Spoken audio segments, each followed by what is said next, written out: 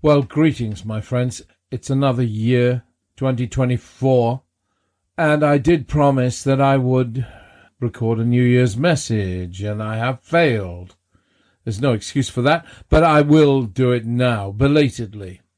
Now that we're around Epiphany. You know, Epiphany is the feast of the three wise men who visited baby Jesus. For many, it's the end of the Christmas season, 12th night, and all of that. But I and my family keep our Christmas decorations up until Candlemas, 2nd of February, which is greedy. But that was the old, ancient tradition. We keep it because we like that winter feast that is Christmas. Of course, the Christ child was never born at Christmas.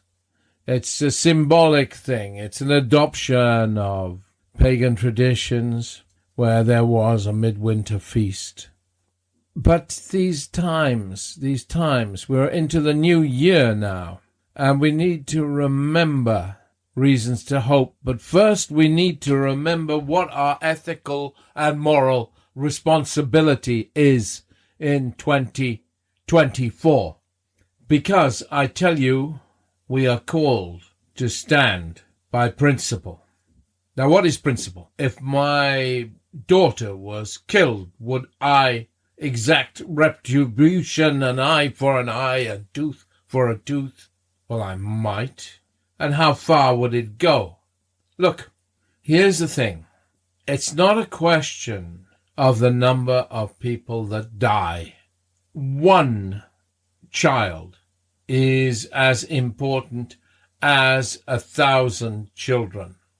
Now, this is an essential principle that we must understand. You know the story of the boy and the old man on the beach, and the starfish were washed up in their thousands and were dying.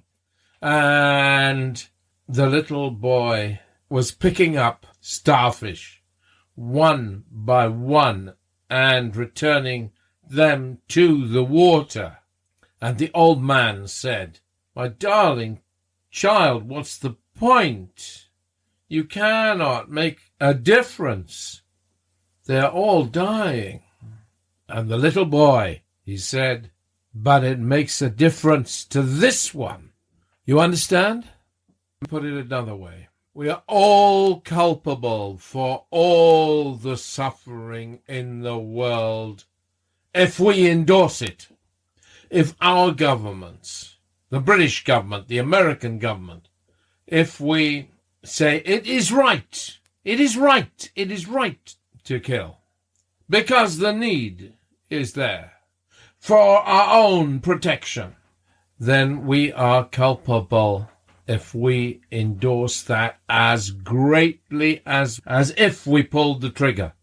But if we say no, surely it's wrong, and we weep tears of compassion and mercy, then God, herself or himself or whatever he or she is, will be grateful. The world is a broken place, and you and I can make it better in 2024, and it is our responsibility to do so. I was told by my beloved wife that I should say something joyous. What is joyous? It's joyous that there is less child poverty worldwide this year. That's the truth. It's joyous that I believe that ultimately the human race will deal with the climate change issue and come to its senses. And it's joyous that we do not live in a century where world war upon world war. Gosh, I was brought up in the era of the Vietnam War, which succeeded the Korean War, and so on. War upon war was the 20th century. It is not as bad. There is hope. It is a better world. It may not seem like it, but we are moving towards it. And hold that in your heart. The universe is becoming a better place, and there is a better tomorrow.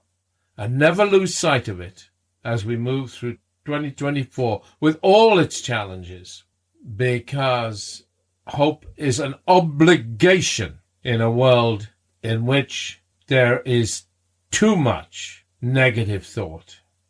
Be hopeful, cling to hope, and make it your determination to make 2024 a joyous year, regardless. And then you will stand and make a difference by merely thinking that way. God bless you, and God bless this coming year.